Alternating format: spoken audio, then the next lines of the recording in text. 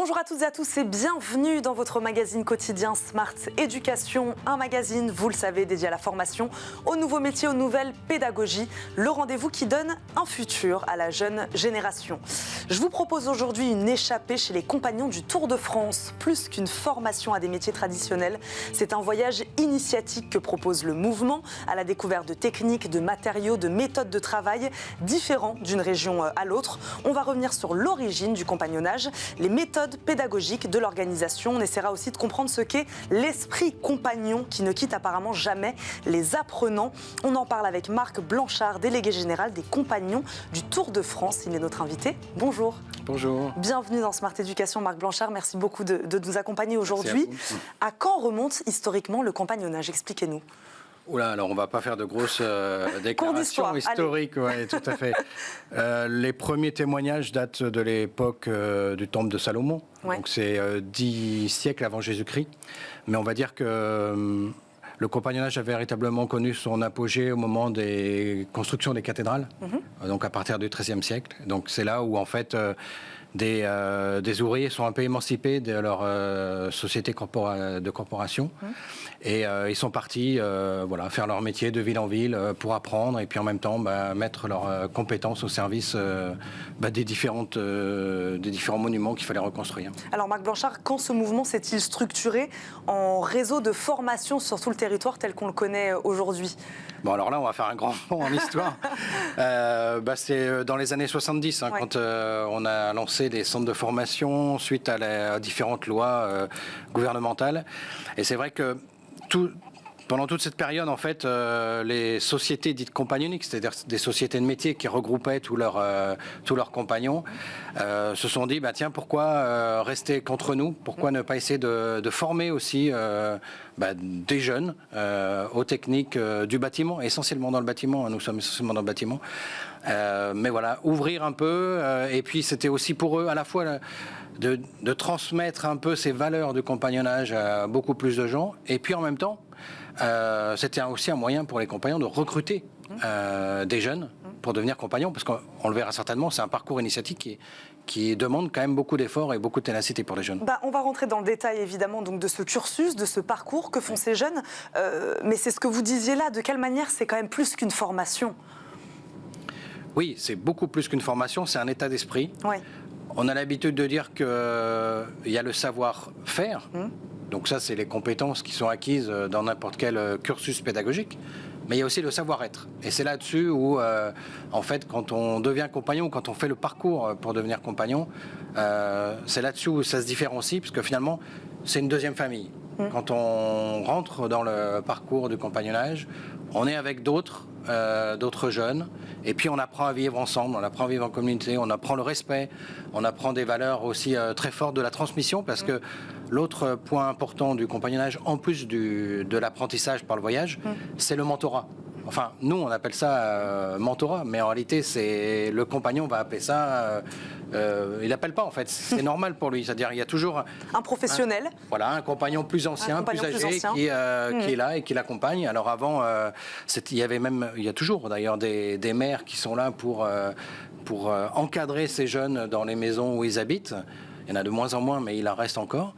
Et puis sinon, ils vivent comme ça en communauté pendant toute l'année. Ils font parfois, il y a certains endroits, et c'est eux qui doivent faire leurs courses, qui doivent préparer le repas, qui doivent tenir leur maison correctement, etc. Donc il y a vraiment tout cet état d'esprit de vivre ensemble. Et c'est aussi pour ça que les jeunes reviennent vers le compagnonnage aujourd'hui, parce que quand la famille, malheureusement, commence à être un petit peu, on va dire, qu'elle laisse un peu les jeunes de côté, eh bien, les jeunes vont rechercher peut-être une deuxième famille avec le compagnonnage. Quand vous dites que les jeunes reviennent aujourd'hui vers le compagnonnage, c'est-à-dire que vous vous en rendez compte véritablement dans les chiffres que ça plaît de plus en plus? Oui, alors il y a une attractivité très forte en effet. Ouais.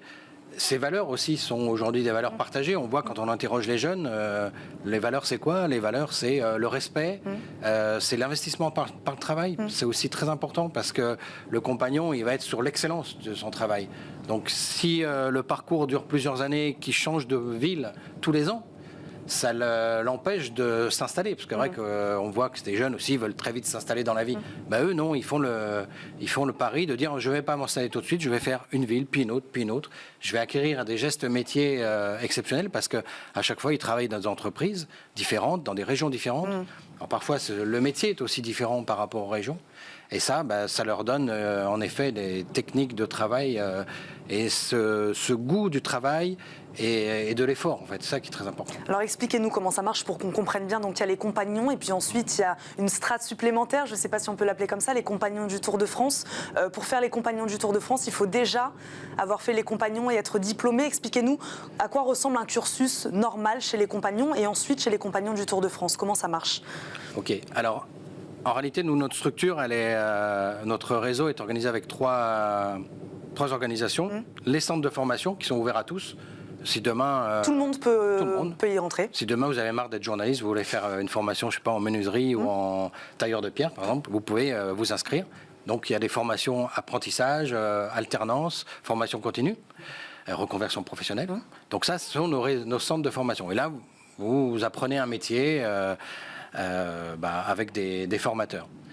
Et dès que vous avez votre CAP sur un métier, vous pouvez demander à entrer dans le parcours pour devenir compagnon. Donc là, il y a une société, par exemple, peu importe quel métier, mais la société de métier vers laquelle vous voulez aller va vous recevoir, vous allez échanger, etc. Et puis on dit, OK, alors toi, je vais t'envoyer dans notre centre de formation d'Arras, par exemple. C'est très joli, très beau centre de formation à Arras. Et pendant 1 an, tu vas donc travailler dans des entreprises. Nous avons 15 000 entreprises partenaires. Donc la journée commence en général assez tôt, vers 7 heures. Vous allez faire votre journée de travail, vous allez acquérir les gestes métiers avec d'autres compagnons et aussi avec votre patron. Le soir, vous rentrez, 19 heures, vous douchez rapidement, vous dînez. C'est possible en cravate, on s'attache aussi beaucoup à ces détails, de dire, quand je parlais de respect tout à l'heure, bah oui, vous n'allez pas dîner avec une capuche, un jogging et puis votre téléphone sur les oreilles. Ils sont logés où, ces jeunes apprenants? Alors, ils sont logés soit à côté de nos centres de formation dans des foyers de jeunes travailleurs, quand ils sont dans les grandes villes, et quand ils sont dans des petites villes, ce qu'on appelle, nous, des campagnes, c'est-à-dire ce que je vous disais tout à l'heure, ce sont des maisons qui sont gérées par des compagnons un peu plus anciens. Et donc, ils dînent tous ensemble, après avoir préparé le repas. Et puis après, le soir, ils ont encore des cours, souvent avec des compagnons un peu plus anciens. Donc, il y a encore des cours un peu techniques ou des fois des cours d'enseignement généraux. Donc, on est sur des journées qui sont assez longues, tout de même. Jusqu'à 22h, 7h à 22h. Et en plus, le samedi matin, vous avez encore des cours. Et alors, pour terminer la cerise sur le gâteau, c'est que comme ce parcours dure plusieurs années, vous avez 2 rendez-vous très importants. Ce qu'on appelle l'adoption et la réception. C'est-à-dire que le jeune doit réaliser des maquettes, enfin 2 maquettes du coup. Une première maquette qui va, pareil, il est toujours accompagné par un plus ancien. Donc une maquette, ça va être quelque chose un peu d'originalité, un peu, quelque chose qui représente en fait ce jeune. Donc la première, et puis après la deuxième. Et une fois qu'il a réussi la deuxième, au bout de 4, 5, 6 ans, il devient officiellement compagnon. 4, 5, 6 ans pour devenir officiellement compagnon. Oui, c'est un parcours long parce qu'encore une fois, l'excellence dans un métier ne se fait pas en 6 mois. Ils sont rémunérés, ces jeunes? Ils sont rémunérés pendant leur formation, bien sûr, parce qu'en fait, ils sont salariés en réalité. Et donc ensuite, les compagnons du Tour de France, ça peut être l'étape supplémentaire pour ceux qui auraient envie, en plus d'apprendre du savoir-faire, de voyager et d'en peut-être apprendre des choses nouvelles aussi. Et donc ça, comment ça marche ? Si vous voulez, compagnons au Tour de France, c'est juste une appellation parce qu'il y a 3 organisations de compagnons en France. Donc nous, c'est compagnons au Tour de France. Et donc une fois que vous êtes compagnons au Tour de France, vous avez ce label. Enfin, ce label, c'est pas un label, mais vous avez ce titre. Ce statut, si vous voulez. Et puis vous pouvez rester encore 1 ou 2 années pour accompagner d'autres plus jeunes.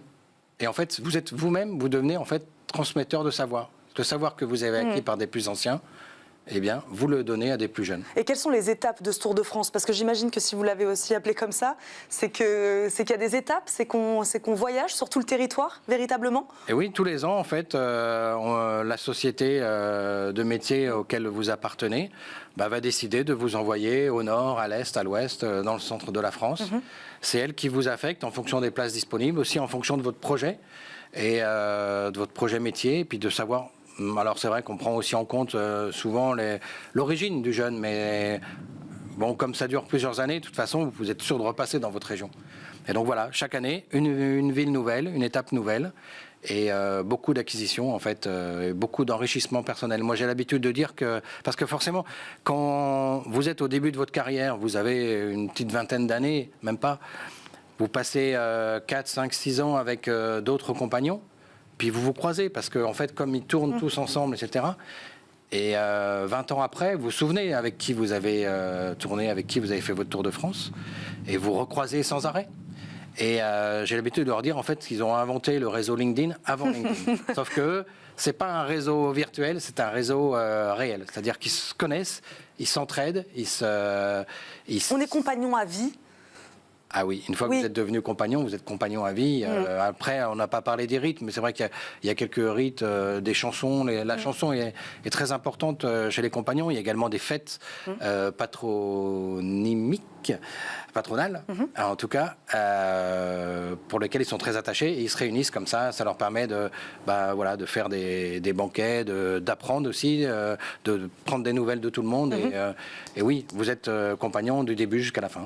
Vous parliez de ce réseau d'entreprises, 1500 entreprises, hein, c'est ça? 15 000. 15 000, pardon, sur tout le territoire. Voilà, j'avais oublié un zéro. Comment ces entreprises-là, elles regardent justement, j'imagine que elles sont intéressées par un savoir-faire tel que celui-là, une implication telle que celle-là que doivent avoir les apprenants, les compagnons. C'est un diplôme, c'est une marque, c'est un label, je ne sais pas comment l'appeler, mais qui aujourd'hui plaît aux entreprises. Oui, alors c'est pas un diplôme, c'est pas un label, mais en effet, c'est un tampon, si vous voulez. Ce qui plaît aux entreprises, c'est que vous avez des jeunes qui ont appris à travailler. Donc c'est des jeunes qui ont, pendant plusieurs années, ils ont mis leur vie personnelle de côté. Ils se sont beaucoup investis. Le compagnon, en fait, il s'émancipe par son travail. Donc il acquiert des gestes métiers, bien entendu, extraordinaires, plus vers l'excellence. Donc au niveau technique, on va dire ils sont au top, mais en plus au niveau comportemental, ils ont des valeurs énormes et donc forcément ils sont très recherchés dans l'entreprise. Aujourd'hui, j'allais dire s'il y a des parents qui sont un peu gênés en ce moment par rapport à leurs enfants qui ne se retrouvent pas dans l'enseignement général, mais qu'ils aillent voir les compagnons. On a des fédérations locales un peu partout. Elles se reconnaissent avec le petit C orange et qui discutent avec des gens. Et vous allez voir, vous donnez un véritable avenir à vos enfants. Et puis, qu'est-ce que je voulais... Oui, je voulais dire aussi que cet avenir est pas seulement technique, mais véritablement spirituel, presque spirituel en réalité. On l'a bien compris, Marc Blanchard. Merci beaucoup d'avoir répondu à nos questions aujourd'hui, de nous avoir présenté ces compagnons du Tour de France. Je rappelle, vous êtes donc le délégué général des compagnons du Tour de France. Merci beaucoup d'avoir répondu à nos questions aujourd'hui. Bon, merci. Merci à vous de nous avoir suivis. On se retrouve bien sûr très vite pour un nouveau numéro de Smart Éducation. À très vite. Ciao.